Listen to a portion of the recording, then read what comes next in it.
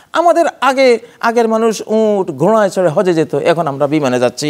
এটা বৈধ কি অবৈধ আমরা গবেষণা করে বলবো। যুগ তো চেঞ্জ হয়ে গেছে, এখন ইসলাম চেঞ্জ করাবেন কি দিয়া? ইসলাম তো চেঞ্জ হবে না।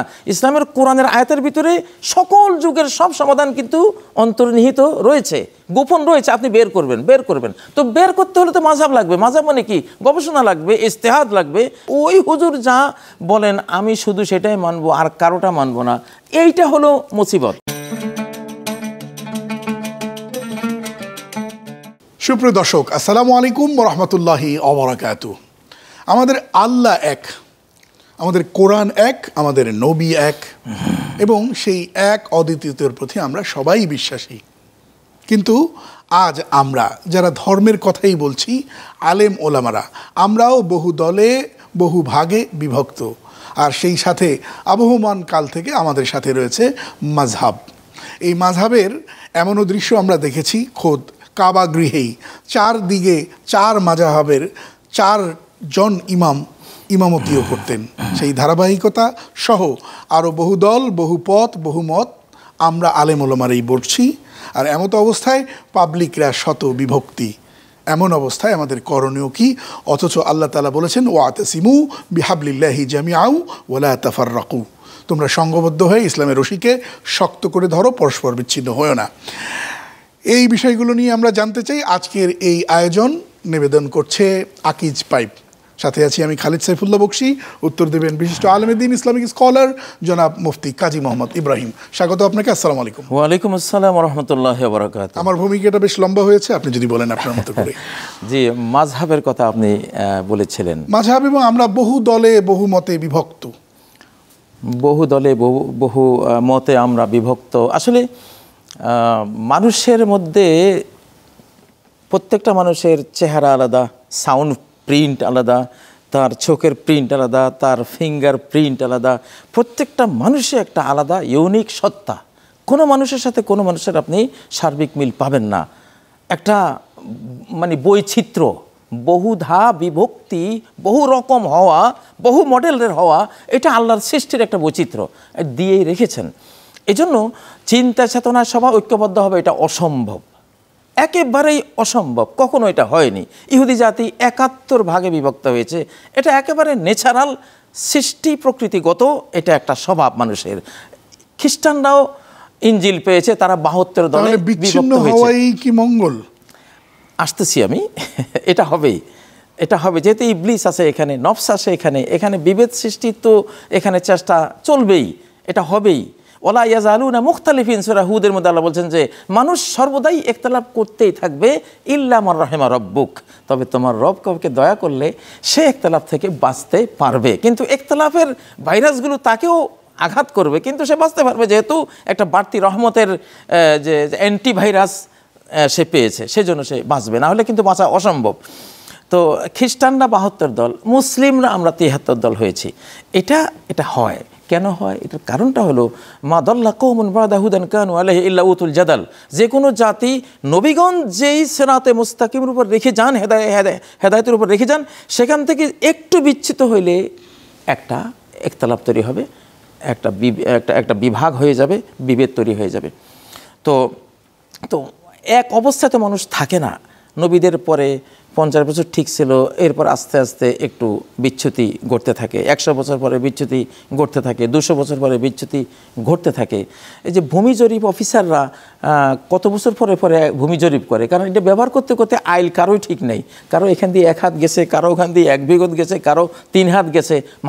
মানুষের এটা হলো একেবারেই, মানে আপনি বলছেন যে এটা স্বভাবজাত প্রবৃত্তি, আবহমান কাল থেকে এটা হচ্ছে, এটা হবে, হতেই থাকবে। আচ্ছা, মাযহাব কি মানা জরুরি কিনা?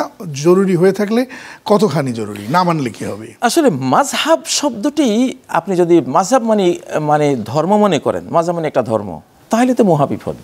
আসলে মাযহাবের অর্থটা তো পাবলিকলি বলা হয় না। এই শব্দটার অর্থটা কি? মাযহাব মানে যাবার জায়গা। যাবার জায়গা মানে কি? পায়ে হেঁটে যাবার জায়গা না, বা যাবার পথ। চিন্তা গবেষণা আমার কোন দিকে যাচ্ছে, এই মাসালায় আমার চিন্তা গবেষণাটা যাচ্ছে হার দিকে নাকি নার দিকে, বুকে হাত বাঁধতে হবে আমার গবেষণা কি বুকের দিকে যাচ্ছে না এটা নাভির নিচে বাঁধলেও হবে, কোন দিকে যাচ্ছে? এই মাযহাব মানে হলো আমার চিন্তা গবেষণার যাবার জায়গা কোন দিকে যাচ্ছে, এইটা মাযহাব। আচ্ছা দেখুন তো, প্রতি 100 বছরে একজন মুজাদ্দিদ আসবে বা একটা গ্রুপ সংস্কারক আসবে, এটা সহিহ হাদিস। কেন আসবে? কারণ 100 বছরের বেশি একটা গবেষণা টিকে না। 100 বছরের পৃথিবী অনেক চেঞ্জ হয়ে যায়।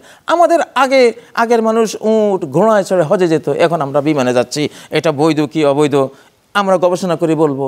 আগের লোকেরা তীর তরবারি বল্লম এটা সেটা দিয়ে যুদ্ধ করেছে, এখন বন্দুক রাইফেল মেশিনগান আরও কত কি গবেষণা করতে হবে যে এগুলো কি সেই যুদ্ধাস্ত্রের যে নবীজি যা ব্যবহার করেছেন সেইগুলি ব্যবহার করে তিনি যে সওয়াব পেয়েছেন, আমরা কি এগুলি ব্যবহার করলে? মাযহাব মানা কি ফরজ ওয়াজিব কোনটা? মাযহাব মানে হলো যুগের সাথে ইসলামকে যে খাপ খাওয়াবেন। যুগ তো চেঞ্জ হয়ে গেছে, এখন ইসলাম চেঞ্জ করাবেন কি দিয়া? ইসলাম তো চেঞ্জ হবে না। ইসলামের কোরআনের আয়াতের ভিতরে সকল যুগের সব সমাধান কিন্তু অন্তর্নিহিত রয়েছে, গোপন রয়েছে, আপনি বের করবেন। তো বের করতে হলে তো মাযহাব লাগবে। মাযহাব মানে কি? গবেষণা লাগবে, ইজতিহাদ লাগবে, চিন্তা গবেষণা লাগবে। তো আসলে এই জন্য মাযহাব ছাড়া তো উপায় নাই, মাযহাব লাগবেই আপনার। বাট একটা নির্দিষ্ট মাযহাব যে ওই হুজুর যা বলেন আমি শুধু সেটাই মানবো আর কারোটা মানবো না, এইটা হলো মুসিবত। কেউ তো গর্ব করে বলছেন আলহামদুলিল্লাহ আমি লা মাযহাবি। না, এটাও ঠিক না। আসলে আমি কোনো না কোনো আইনবিদ গবেষক মুস্তাহিদের রায় আমি নেই, রায় নেওয়া তাদের মানে অভিমত নেওয়া মতামত নেওয়া, তাই না? যেমন ক্লোনিং পদ্ধতি বা যে বার্থ কন্ট্রোল পদ্ধতি এগুলি তো আগে ছিল না এগুলো, তাই না? তো এখন এসছে, তাই এখন এগুলির শরঈ বিধানটা কি? অবশ্যই একজন গবেষককে গবেষণা করতে হবে, মুজতাহিদকে ইজতিহাদ করতে হবে, তিনি বলতে হবে যে হ্যাঁ এটা জায়েজ নাকি না জায়েজ। তাইলে মাযহাব মানে কি? এটা প্রত্যেক যুগের অতীব প্রয়োজনীয় একটা গবেষণা সিস্টেম, এটা চালু থাকবেই কিয়ামত পর্যন্ত, এটা আমাকে গ্রহণ করতে হবে। আমরা শুনবো একটা বিরতির পর। দর্শক দেখছেন আকিজ পাইপ নিবেদিত জীবন বিধান। ছোট্ট একটা বিরতির পর আবারও আসছি ইনশাল্লাহ। দর্শক স্বাগত আরও একবার, সাথে থাকবার জন্য অসংখ্য ধন্যবাদ। দেখছেন আকিজ পাইপ নিবেদিত জীবন বিধান। আজ আমরা কথা বলছি মাযহাব মানা না মানা এ বিষয় নিয়ে। মুফতি শেখ ইব্রাহিম চমৎকার করে বলছিলেন যে এটি মানতেই হবে, তবে ফরজ কিনা ওয়াজিব সেটি তিনি বলেননি। কোনো ক্যাটাগরিতে কি ফেলবো নাকি মানতেই হবে এইভাবেই থাকবো? এটা তো আল্লাহ তাআলা বলেছেন ফাসআলু আহলা যিকরি ইন কুনতুম লা তা'লামুন, তোমরা জিকিরওয়ালা কোরআন হাদিসওয়ালাকে জিজ্ঞাসা করো যে এই বিষয়ে তোমাদের জ্ঞান নেই সে বিষয়ে। এখন ধরুন এখনকার এই যে বিকাশ করা কি বৈধ নাকি অবৈধ, নগদে অর্থ প্রেরণ করা বৈধ কি অবৈধ, হাজারো মাসালা আধুনিক জীবনের সাথে জড়িয়ে আছে, এগুলো অতীতের কোনো বইতে আপনি খুঁজে পাবেন না। বাট কোরআন সুন্নাহয় আল্লাহ ইশারা দিয়ে রেখেছেন। এখন সেখান থেকে বের করবে কারা? এই যুগের যারা মুজতাহিদ। তো এটা না মানলে তো আপনার কোনো গতি নেই। যেই ফতোয়াটি আপনি চাইবেন কোরআন সুন্নাহ মতো আসবে সেটা মানা তো আপনার জন্য ওয়াজিব, অবশ্যই ওয়াজিব। কিন্তু অনেকে খুব গর্বের সাথে বলেন যে আমরা মাযহাব মানি না, আমরা লা মাযহাবি। এবং ওনারা নিজেরা কেউ আমি জানি না, কোনো মসজিদের নাম দেখছি যে আহলে হাদিস মসজিদ, এভাবে কোনো নাম রাখা যায় কি কোনো মসজিদের নাম? আসলে এইভাবে ক্লাসিফিকেশন করা, ভাগ করে ফেলা উম্মাকে, এটা জায়েজ নাই, এটা ঠিক না। আমরা সবাই মুসলিম, আমরা সবাই হানাফি মসজিদ নাম রাখা যেমন ঠিক না, শাফি মসজিদ, হাম্বলি মসজিদ, আহলে হাদিস মসজিদ, কেন আমরা এগুলো রাখতে যাব? ও আন্নাল মাসাজিদা লিল্লাহি, আল্লাহ ফয়সালা করে দিয়েছেন সূরা জিনের মধ্যে, মসজিদের সম্পর্ক শুধু আল্লাহর সাথে, এটা মসজিদ আল্লাহর জন্য। হ্যাঁ, তুমি ব্যক্তি মানুষ যদি মসজিদ করো, মসজিদ আব্দুল্লাহ, মসজিদে ওমর, মসজিদ আবু বকর, মসজিদ আয়েশা, ব্যক্তি নামে হতে পারে, কিন্তু কোনো একটা গোষ্ঠীর নামে যে এই গোষ্ঠীর এই মসজিদটা আর অন্যান্য গ্রুপের কারণ না, তাহলে তো একটা বিরাট একটা গন্ডগোলের সূত্রপাত হয়ে গেল এখানে, এগুলো ঠিক না। আচ্ছা, এখন আলেম ওলামাদের ভেতরে, বিশেষ করে তালবে ইলমদের অথবা নতুন প্রজন্মের আলেমদের মধ্যে একটা জিনিস ঢুকিয়ে দেওয়া হয়েছে এবং তারা এটা চর্চা করে বেশ কমফোর্ট জোনে আছেন এবং খুব ভালো মনে করেন। সেটা ওনারা বলে থাকেন এরকম যে আকাবিরে অমুক বা আকিদায়ে অমুক, অথচ কোরআন সুন্নাহই তো হওয়ার কথা ছিল। আসলে আকাবের বা আকিদা এগুলো এইভাবে ভাগাভাগি আসলে কোনোটাই না। ইন্নাল্লাযীনা ফাররাকু দীনাহুম লাস্তা মিনহুম বিশাই, হে নবী, যারা দ্বীনকে ভাগাভাগি করে তোমার সাথে তাদের কোনো সম্পর্কই নেই, তাহলে আপনি ভাগাভাগি করে লাভটা কী হলো? আপনাকে বলতে হবে ভাই এটা কোরআন সুন্নাহয় আমাদের বিশ্বাস আকীদা ঈমানের এই বিষয়টা এইভাবে এসছে, বাস। আখিরাতের আকীদা এই, জান্নাত সম্বন্ধে আকীদা এই, জাহান্নাম সম্বন্ধে আকীদা এই, কোরআন সুন্নাহ। আল্লাহ আকীদার কথা বলবে কে? আল্লাহ বলবেন আর রাসূল বলবেন। এটা তো কোনো আমাদের কোনো এখানে গ্রুপিংয়ের কোনো সুযোগই তো নেই। এভাবে করে শেখানো হচ্ছে যে আমার ওস্তাদ অমুক, তার ওস্তাদ, তার ওস্তাদ, তার ওস্তাদ, তার ওস্তাদ, তার ওস্তাদ, এভাবে ওস্তাদ দেখাতে দেখাতে হুজুর সাল্লাল্লাহু আলাইহি সাল্লাম পর্যন্ত ঠেকিয়ে দেওয়ার পর বলা হচ্ছে এটাই সঠিক পথ, এটাই, সুতরাং আকাবিরে অমুক এবং এটাই এর পাক বা এর ডানে বামে যা আছে সব বাতিল বাতিল বাতিল। না, আসলে এইভাবে মানুষকে তাদলিল করা, গুমরাহির মধ্যে ফেলে দেয়া, এটা মারাত্মক অন্যায়।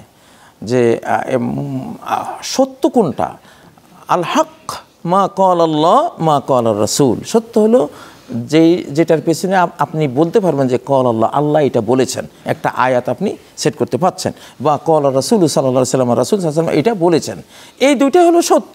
আর বাকি এই যে সিলসিলাওয়ার আপনি আকাবেরদের একটা সনদ টানলেন, সাজারা টানলেন, এটা টানতে পারেন কোন ক্ষেত্রে? সেটা যে এই হাদিসটা এই সূত্রে অমুক অমুক অমুক অমুক বর্ণনা করতে করতে আমি পর্যন্ত এসেছে, এটা শুধু এইটা।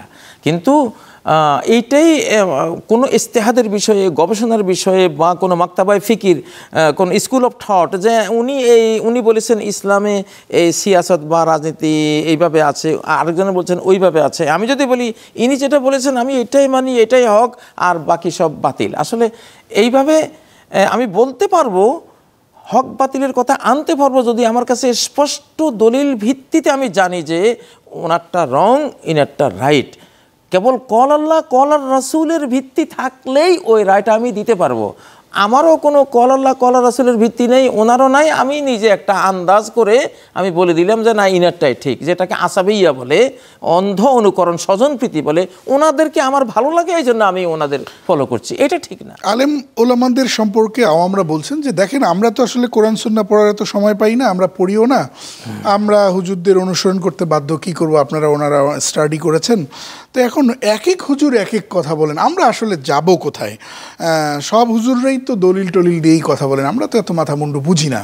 তো এরকম যারা দৃষ্টিভঙ্গি দিয়ে কথা বলছেন তাদেরকে এই ধরনের কথা বলার সুযোগ আছে কি না, বা এভাবেই কি চলতে থাকবে কিনা? আসলে কি সমাধানটা কি? আসলে সমাধান হলো কোনো মুসলিমের মূর্খ থাকার কোনো সুযোগই নেই। যে আপনি বেসিক ইসলামিক যে উসুলগুলো আছে, নিয়ম নীতিগুলো আছে, যেমন আল্লাহর সাথে, আল্লাহর প্রতি ঈমান, মালাইকা ফেরেশতার প্রতি ঈমান, রাসূলগণের প্রতি ঈমান, কিতাবসমূহের প্রতি ঈমান, পরকালের প্রতি ঈমান, ফান্ডামেন্টাল যে বিষয়গুলো আছে এগুলো বিস্তারিত আমাকে পড়তে হবে, আপনাকে পড়তে হবে। এই ক্ষেত্রে সবাইকে জানতে হবে। কারণ কবরে যে তিনটা প্রশ্ন হবে যে মার রব্বুকা ওমা দীনুকা ওমান নবিয়ুকা, এর তিনটা প্রশ্নের পরে চতুর্থ প্রশ্ন হবে মা ইলমুক, তোমার সোর্স অফ নলেজ কি? সেখানে উত্তর দিতে হবে কারাতু কিতাব আল্লাহ, আমি আল্লাহর কিতাবের একজন স্টুডেন্ট, আমি আল্লাহর কিতাব পড়তাম, আমি জানতাম কিতাব পড়ে। আমানতু বিহি ওয়াসাদ্দাকতু, আমি ঈমান এনেছি, কোরআন জেনে বুঝে আমি ঈমানটা এনেছি, আমি সত্যায়ন করেছি জেনে বুঝে। এটা উত্তর দিতে হবে। আপনি যদি এটা দিতে না পারেন বলবেন যে পারবে না উত্তর দিতে, সে বলে লা আদরি, হায় হায় আমার তো কোনো দলিল জানা নাই, তখনও তো সেখানে সাজা শুরু হয়ে যাবে। আসলে বেসিক বিষয়ে অজ্ঞ থাকার কোনো সুযোগ নাই। বিস্তারিত ক্ষুদ্র ছোট খাটো বিষয়ে আমার জানা নাও থাকতে পারে, একজন মানুষ সব জানতে হয় না, সেটা আল্লাহ ক্ষমা করবেন। জি, মুফতি কাজী মোহাম্মদ ইব্রাহিম, আপনাকে অসংখ্য ধন্যবাদ আমাদের সাথে যুক্ত হওয়ার জন্য। জি, আপনাকেও ধন্যবাদ। দর্শক, আপনাদেরকেও ধন্যবাদ দিব। যাবার আগে যে কথাটি বলতে চাই, যেহেতু শেষ কথাটির প্রাসঙ্গিকতা নিয়েই বলতে চাই, আর আছিও আমরা কোরআন নাজিলের মাসে। আমাদের সমস্যা হলো আমরা কোরআন পড়তে চাই না, পড়লেও সেটা বুঝে পড়তে চাই না, এবং বুঝে পড়েন না এমন সংখ্যাই 99%। পৃথিবীতে যেন একটাই বই যেটাকে না বুঝেই পড়তে হবে, না বুঝে পড়লেই সওয়াবের কোনো শেষ নেই, বোঝার কোনো দরকার নেই। অথচ পৃথিবীতে কোনো বই আমরা না বুঝে পড়ি না। ফলে যেটি হয়, আমরা কোরআনের দ্বারস্থ না হয়ে আমরা হুজুরদের দ্বারস্থ হচ্ছি, আর বহু হুজুর বহু পথের দিকে আমাদের নিয়ে যাচ্ছে। খুব সঠিক সমাধান হলো আমরা যদি কোরআনের কাছে আসি, তাহলে কোরআনই আমাদের সুন্দর সুন্দর পথ বলে দিবে। আর যারা মনে করেন কোরআন অর্থ বুঝতে যেও না, তাফসির পড়তে যেও না, তোমাকে এতগুলো বিষয়ের উপর পাণ্ডিত্য না থাকলে এটা করা ঠিক না, আমি মনে করি তারা আপনাকে ভুল পথ দেখাচ্ছেন। কারণ আল্লাহ তাআলা বলছেন ওয়ালাকাদ ইয়াসসারনাল কুরআনা লিযিকর ফাহাল মিন মুদ্দাকির, আমি তোমাদের জন্য কোরআন শেখা পড়া বোঝাকে সহজ করে দিয়েছি, কেউ কি আছো এ থেকে শিক্ষা গ্রহণ করবে? চলুন এই রমজানের শপথ হবে আমরা কোরআন একটা বার হলেও পড়বো, শুরু থেকে শেষ পর্যন্ত অর্থ বুঝে। আল্লাহ তাআলা তৌফিক দান করুন, আমিন। দেখছিলেন আকিজ পাইপ নিবেদিত জীবন বিধান। আজ পর্যন্তই। আসসালামু আলাইকুম রহমতুল্লাহি ওয়া বারাকাতুহু।